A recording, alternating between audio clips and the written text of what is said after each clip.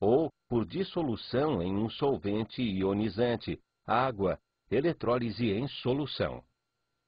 Veja, esse texto é fundamental para fechar a ideia passada. E ele abre o novo caminho a ser seguido.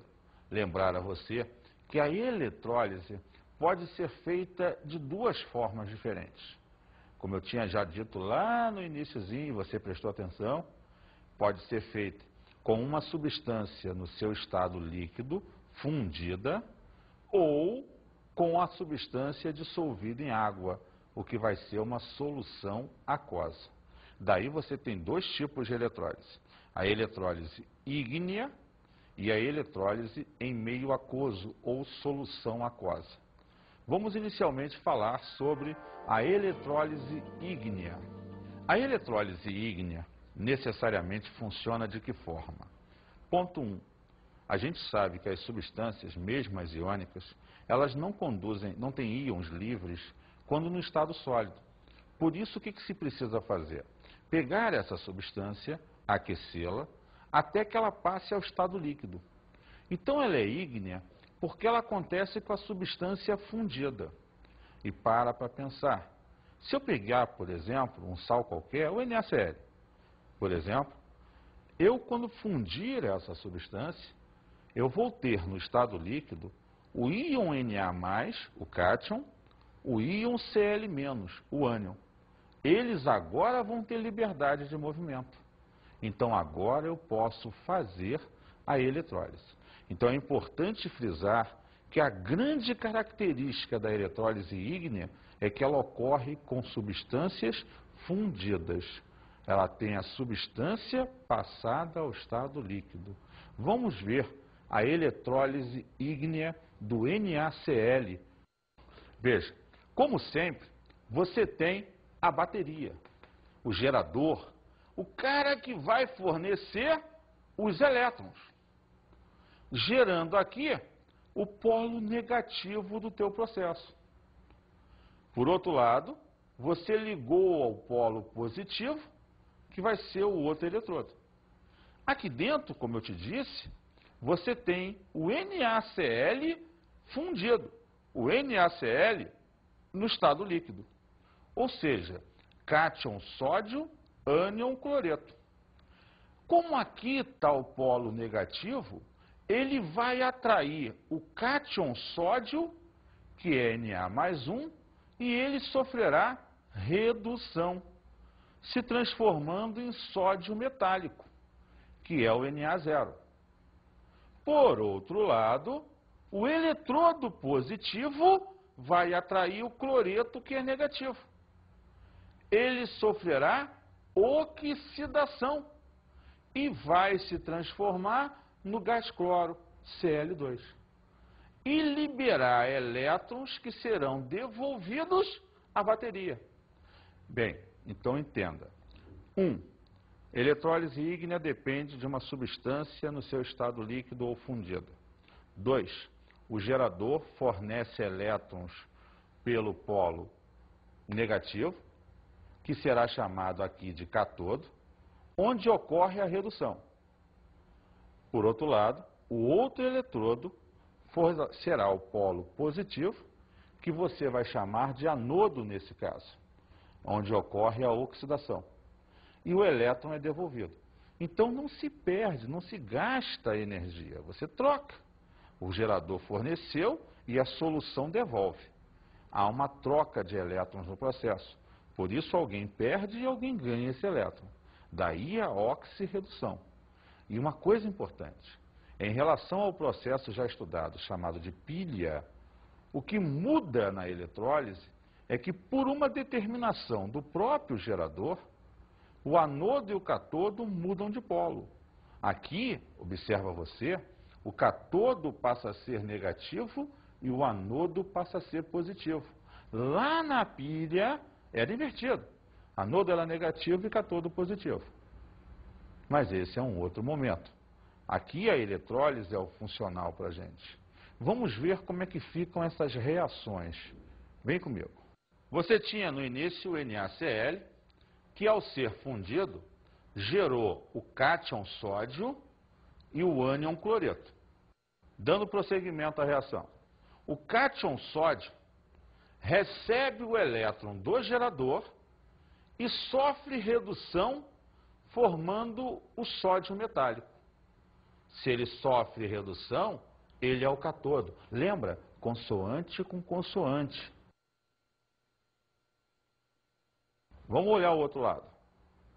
O cloreto, gerado na fundição do NaCl, libera 2 elétrons e se transforma em cloro gasoso. Se ele libera elétrons, sofre oxidação. Se sofreu oxidação, ele é o anodo. Vogal com vogal. Então aqui você olha no contexto geral o procedimento, a reação acontecendo. Você fundiu, gerou os íons, o teu cátion sofre sempre redução, o seu ânion sofre sempre oxidação. Então você tem um conjunto de reações que ocorreu. Dando prosseguimento, vamos lá. No cátodo, você teve a redução do sódio. No anodo, você teve a oxidação do cloro. Os elétrons liberados pelo cloro foram consumidos pelo sódio. Eles deixam de existir. O que você tem como reação global do processo? O íon sódio e o íon cloreto, ao sofrer oxirredução, provocada evidentemente, geraram sódio metálico e gás cloro. Isso então é a eletrólise do NaCl. É o que você vai produzir a partir da estimulação por corrente elétrica, a passagem da corrente elétrica no teu circuito. A oxirredução vai gerar esses produtos. É esse o aspecto necessário aqui. Entender o que aconteceu, quem oxida e quem reduz e o que se produz nesse processo. Vamos ver agora a eletrólise em meio aquoso. Esse é o segundo caso de eletrólise. Você acabou de observar como funciona a eletrólise ígnea. Você agora vai entrar no outro aspecto, a eletrólise em meio aquoso. Nesse caso, o que muda para a gente? É uma substância que foi dissolvida em água. Então você vai ter ali na célula a substância na forma de íons, o seu cátion e o seu ânion, mais a água que também está ionizada. Então você tem o hidrogênio e a hidroxila da água. Então a diferença é que agora naquela solução vão ter pelo menos 2 cátions e 2 ânions. Quando você liga o gerador, um tem que reduzir e um tem que oxidar. Então agora você tem necessidade de uma situação. Saber qual dos 2 cátions é que vai reduzir e qual dos 2 ânions é que vai oxidar. Para isso a gente precisa olhar a descarga dos íons, a facilidade de descarga desses íons. Então olha só, ordem de descarga é a prioridade de descarga de cátions e ânions.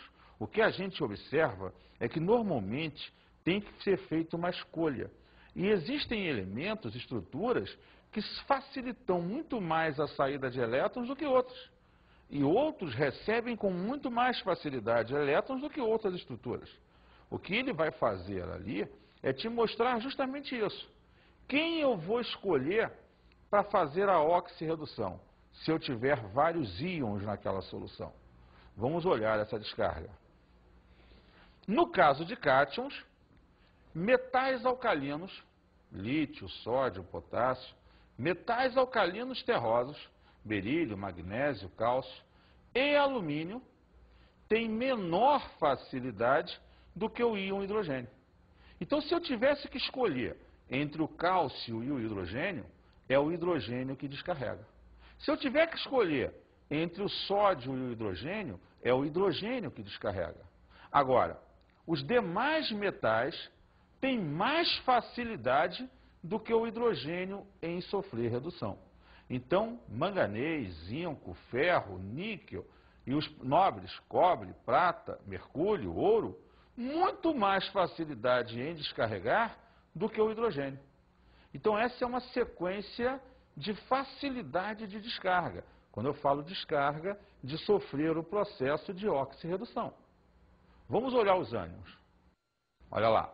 Os ânions oxigenados, NO3-1, SO4-2, o clorato, o fluoreto mesmo, tem menor facilidade que a hidroxila. Então, se eu tivesse que escolher entre o sulfato e a hidroxila, é a hidroxila que descarrega. Porém, se eu tivesse um ânion não oxigenado, halogenetos, cloreto, brometo e iodeto, ou o hidrogênio sulfato, esses têm uma facilidade maior que a hidroxila. Então, numa sequência de descarga, o que você percebe, tanto nos cátions quanto nos ânions, é uma disputa entre o hidrogênio e a hidroxila. Porque se a tua solução é aquosa, é uma substância em água. Ou é o cátion da substância ou é o hidrogênio. Ou é o ânion da substância ou é a hidroxila. Então, se eu fixar a ideia do hidrogênio e da hidroxila, e observo então melhor quem é que dá preferência de descarga. Vamos ver um exemplo. Eletrólise aquosa do NaCl. Você viu anteriormente o esquema da eletrólise ígnea do NaCl. Em comparação, agora você vai ver a eletrólise aquosa do NaCl. Vamos perceber o esquema e depois é muito importante você observar a comparação para até caracterizar as diferenças. Vamos ver. Nesse esquema você percebe ter o NaCl dissolvido em água. Vamos lá. Se ele está dissolvido em água, ele, NaCl, está na forma do cátion sódio e do íon cloreto. A água está gerando o íon hidrogênio e o íon hidroxila. Só que aí eu paro para pensar. Eu tenho o cátion sódio e o cátion hidrogênio. Quem vai descarregar? Eu tenho o íon hidroxila e o íon cloreto. Quem vai descarregar?